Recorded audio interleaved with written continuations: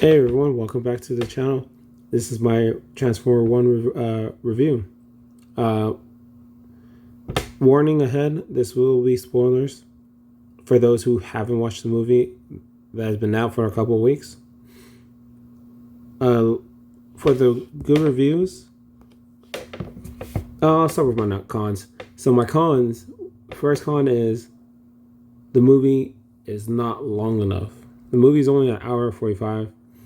And I know it's probably catered to younger audience for that time length, but personally, I feel like it should have been longer to exploit Megatron and Optimus's origin a lot more deeper, and so they can make a better connection with the other Transformers that are going to be part of their lives. But there was an article I did talk about on my channel that talks about the reason why the director did, because he wasn't given enough runtime for it to explore more of Megatron on Optimus's origins, because he had a plan for them to show Megatron's origin as the Collider, which I would love to see in theaters, and Optimus as the librarian, or if yeah, and my second con would be well, actually, that was just my only main con is the time, because everything else I'm about to say is mainly because there's not enough time to explore Cybertron. Because when we see this scene right here, they explore the outside of Cybertron, which was really cool, and seeing them more alive, and it was really cool. It was nice. It was wonderful, but I would love to see more of it. I would like to see more of, like, the Transformers outside Cybertron, because most of it, everything that happens, is underground because of mining energon and stuff. And then we now we'll go to the pros. My pros: the characters were cool. The story was fun. It was, it was short and simple. But I feel like everyone got their spotlight in a way. Like, of course, you got Megatron, Optimus, their spotlights of them transforming to who they will be, and then you got Bumblebee's spotlight. His spotlight was more a comedian when they were when they going after Sentinel, because Sentinel was the main villain, and he was slashing some doors and stabbing the computer for unknown reason. I think he was just excited because he had the knives in his hands. Leah was cool. Her transformation into a motorcycle, and then like, her fighting style was really nice. It was like a fluid, smooth transition when they were again attacking the base.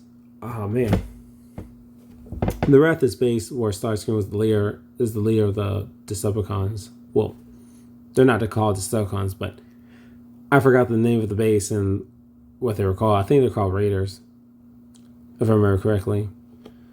But and the way you see this here, this is not Talentran 1.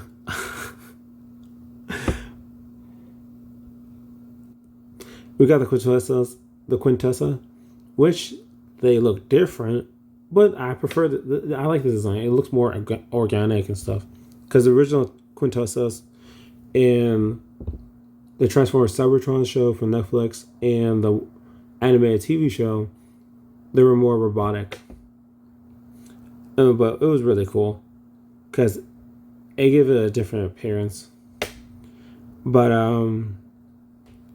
the racing they had was really cool, because Optimus wanted to show pretty much everyone that minor bots could be more than what they're programmed for. But it's all part of Sentinel's plan, because he was trying to produce more energon for the Quintessa, because he was trying to get power and be a king and all that. And it would make sense because in the Megatron comic book, Sentinel was one of the villains for Megatron. And it was a cool scene in that comic, but this one was really cool too because Megatron was really aggressive. But other than that, it's a good movie. I think you guys will love it and enjoy it. It's really short and it's fun to watch. You're not going to be like, oh my goodness, or I'm lost and so far. Who these characters? They break it down. There's only 4 characters they're focusing on throughout the whole movie. The other characters like Sentinel and his second in command, I forgot her, Arachnid, are the other 2 characters besides Starscream, Shockwave, Soundwave. There's only those Decepticons are the only ones that you mainly see, but the main 4 are the main focus.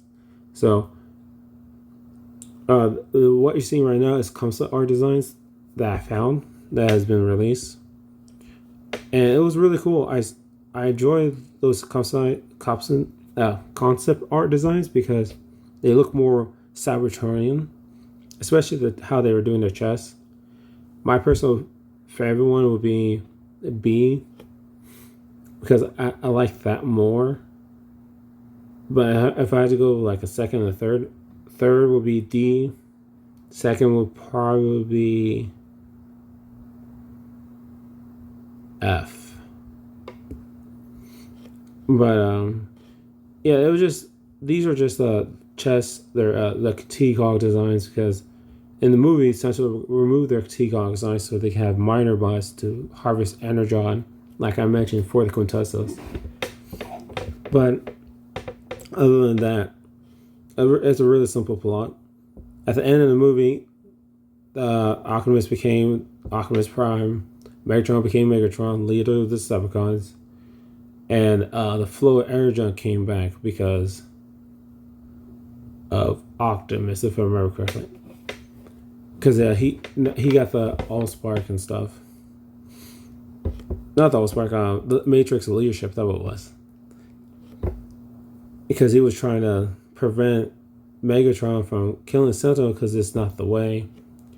But that didn't work out because Megatron dropped him into the pit where the core of Cybertron, and that's where Cybertron pretty much all the previous primes congratulate Optimus, Orion, to become the next prime, the last of the primes,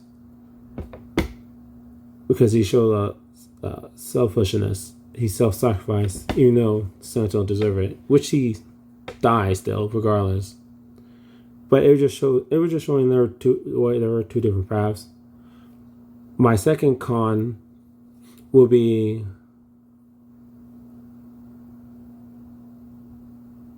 if the movie was longer, I would love to see more of duration of those two being more friends than enemies, because most of the shows like Transformers anime series, the Transformers TV show G1, and Cybertron, they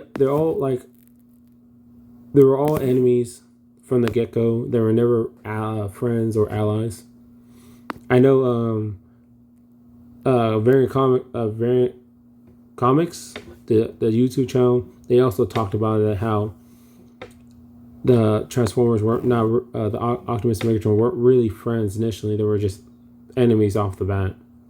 But I kind of like it because it brings more character development. If both characters were friends, became enemies because of different ideals. Even though they're same, but the way they're doing it is different. Megatron pretty much rule power.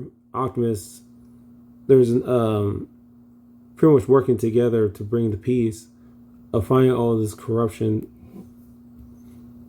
Like the way how they want to say Cybertron were just different. But I give the movie Um, a 9 out of 10. I enjoy it. I know that sounds really biased, but that's my personal opinion. I enjoy it regardless how short it was, and I just love how colorful and how they made Cybertron feel so alive. That's what's like what was really war about. It's like how they want to make Cybertron feel like Cybertron, like a planet, a living planet that's transforming around you. And they did a phenomenal job with it. It didn't feel like a boring scene where like things had to be built manually. It was like you see the city being alive in the sense where everything's changing around you, especially when the train goes up to the surface. You see the bridge being built and so forth.